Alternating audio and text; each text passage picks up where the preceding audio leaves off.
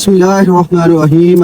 तो जी एक बहुत ही बुरी खबर जो कि ऑलरेडी जैसे वो अंकल कह रहे थे कि 2026 में तो दुनिया खत्म है, तो लगता है अबे कान खोल के सुन ले, 26 में तो दुनिया खत्म है।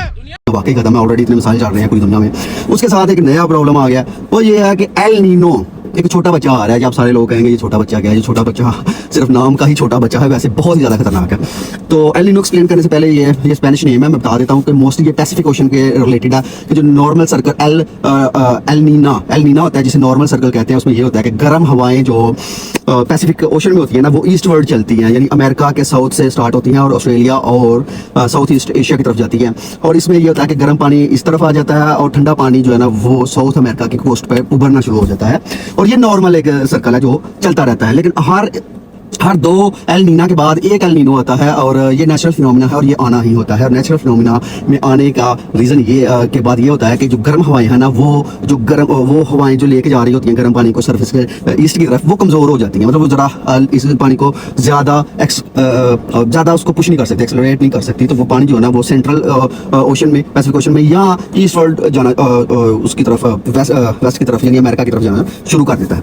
तो उसमें क्या होता है कि गर्म पानी जो है ना वो तकरीबन सेंटर में आ जाता है। इसकी वजह से जो ज़्यादा बारिशें होती हैं ऑस्ट्रेलिया और साउथ ईस्ट एशिया में, वो शिफ्ट होकर सेंट्रल पैसिफिक ओशन में चली जाती हैं। मतलब सेंटर में जो हो जाती हैं या अमेरिका की कोस्ट की तरफ शिफ्ट हो जाती हैं, और साउथ अमेरिका और नॉर्दर्न अमेरिका के सदर्न साइड पे जो है ना, वेस्टर्न साइड पे जो वो बारिशें होना शुरू हो जाती हैं। तो ये इससे होता क्या है और ये होता क्यों है? इससे ये होता है कि पैसिफिक ओशन के ना 2 डिग्री तक टेम्परेचर बढ़ जाता है।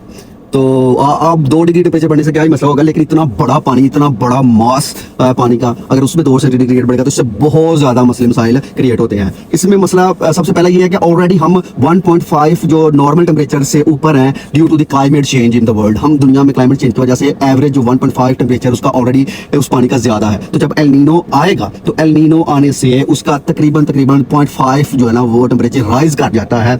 तो ऑन एवरेज जो टेम्परेचर होगा एल नीनो के दौरान, वो कहा जा रहा है कि वो एक तो स्टार्टअप होगा अप्रैल और मई में। एक तो ये टाइम बहुत खतरनाक है, ये वो टाइम है जब नॉर्दर्न हेमिस्फीयर में फुल समर जो है ना वो स्टार्ट हो रहा होता है। और ये हवाएं जो है ना ये इक्वेटर के साथ साथ चलती चलती स्लो होके इसको टेम्परेचर को राइज करेंगी, जिसकी वजह से पूरी दुनिया में टेम्परेचर स्पाइक्स आएंगी, क्लाइमेट चेंज होगा, रेन पैटर्न्स चेंज होंगे। मतलब जहाँ रेन होती थी वहाँ ड्राउट्स आएंगे, जहाँ रेन नहीं थी होती वहाँ रेन ज़्यादा होना शुरू हो जाएगी। मिसाल के तौर पर ऑस्ट्रेलिया में रेन नहीं होगी, साउथ ईस्ट एशिया में रेन नहीं होगी, जिसकी वजह से ऑस्ट्रेलिया में बुश फायर जो ऑलरेडी बहुत फेमस है वो और ज़्यादा पीक पे चली जाएंगी। साउथ ईस्ट एशिया में भी, फिलीपीन में भी बुश फायर्स आएंगी। और उसके बाद बारिशें अमेरिका और साउथ अमेरिका में बारिशें बहुत ज़्यादा होंगी। इसी तरह ईस्ट अफ्रीका में बारिशें और फ्लड्स बहुत ज़्यादा आएगा। और सदर्न अफ्रीका में जो कि साउथ अफ्रीका है वहाँ पे ड्राउट्स और गर्मी बहुत ज़्यादा हो जाएगी। और कहा जा रहा है कि ऑलरेडी आज के दिन 44.5 सेंटीग्रेड है केप टाउन का टेम्परेचर। तो नॉर्थ अफ्रीका और यूरोप में भी शदीद गर्मी आएगी, गर्मी की लहर आएगी। तो इससे बहुत ज़्यादा मसाइल होने वाले हैं। तो अब आ जाते हैं अपने घर में कि इंडिया पाकिस्तान में, साउथ एशिया में क्या होगा। साउथ एशिया में भाई मानसून बहुत कमज़ोर होने जा रहे हैं। पाकिस्तानी फोरकास्ट एजेंसीज और इंडियन फोरकास्ट एजेंसीज ने बता दिया कि हो सकता है कि ये सबसे कम मानसून के साइकिल चलें इस दफ़ा इंडिया पाकिस्तान में। इससे ये होगा कि हमारे जो चावलों की फसलों का सीज़न है वो कम हो जाएगा, शदीद गर्मी आएगी। कराची में ऑलरेडी 37 डिग्री सेंटीग्रेड एवरेज चल रहा है और इससे हीट वेव्स बहुत पैदा होंगी। और ये लास्ट टाइम 2015 में एक्सट्रीम पे आया था, जिसमें आपको पता है कि हमारे 2000 से ज़ायद पाकिस्तानियों की जान चली गई थी और 2000 इंडिया में भी लोगों की अमवात हुई थी। अब ये होगा कि उससे हमारी ड्राउट्स आएंगी और पानी की कमी होगी, फसलें कम होंगी और इससे इन्फ्लेशन बढ़ेगी, खाने पीने की ग्रोसरीज की चीज़ों की कीमतें बढ़ेंगी, जो कि ऑलरेडी बहुत ज़्यादा है पाकिस्तान इंडिया में जंग की वजह से। अब जंग प्लस एल नीनो, ये एक्सट्रीम जो है ना वो महंगाई आएगी। और इस एक्सट्रीम महंगाई के साथ एक्सट्रीम हीट वेव भी जब आएगी तो लोगों में बहुत ज़्यादा नुकसान होगा। अल्लाह बचाए इस मसले से, लेकिन लोगों की ज़िंदगियों पर भी बन आएगी। तो ये बहुत ही एक प्रॉब्लमेटिक थिंग है जो इस वक्त दुनिया में चल रही है। तो इसके कुछ चंद इकदाम हम ले सकते हैं। पहले तो ये कि फॉरेस्ट डिफॉरेस्टेशन को रोका जाए दोनों मुल्कों में, विच इज़ ऑब्वियसली हमें ये एक लॉन्ग टेकिंग स्टेप है। शॉर्ट टेकिंग स्टेप्स में हम ये कर सकते हैं कि भाई जितना ज़्यादा से ज़्यादा हो सकता है सोलर एनर्जी पे शिफ्ट करें। इट्स चीप, अफोर्डेबल, और आप इससे कम से कम कूलर और एसी तक भी एक आम बंदा अफोर्ड कर सकता है।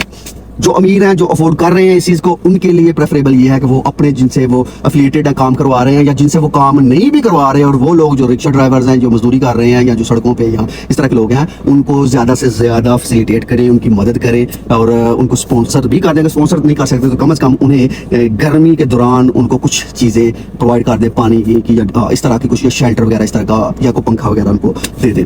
और तीसरी बात ये कि हर बंदा कम से कम जो वो पानी, इलेक्ट्रोलाइट पानी जो कि जो साशे मिलते हैं, द नेम के पाकिस्तान में उसे क्या कहा जाता है, वो वाला लेके पानी में घोल के वो पिए, वो 5 से 10 रुपए का आ सकता है। ये आपको सबसे ज़्यादा हीट वेव से बचाएगा, सबसे ज़्यादा हीट वेव से अगर कोई बचाएगा तो आपका निमकोल था पाकिस्तान में, सॉरी मैं उसका नाम, निमकोल ज़्यादा से ज़्यादा अपने पास रखें और इसका इस्तेमाल भी ज़्यादा करें, क्योंकि आपकी ज़िंदगी यहाँ ज़्यादा इंपॉर्टेंट है एज़ कम्पेयर टू के आपकी मजदूरी या जॉब से।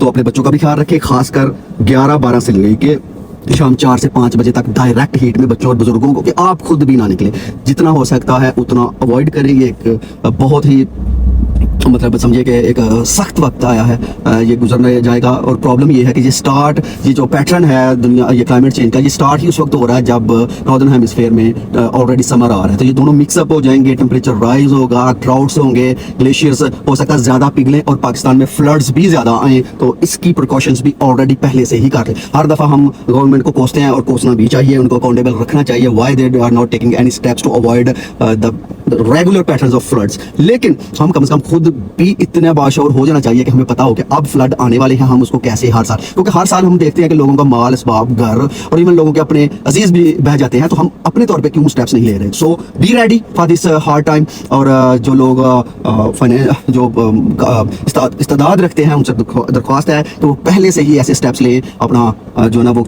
ऐसी चीज़ें करें ताकि लोगों को ज़्यादा से ज़्यादा फैसिलिटेट किया जा सके। शुक्रिया, thank you for watching and Pakistan जिंदाबाद।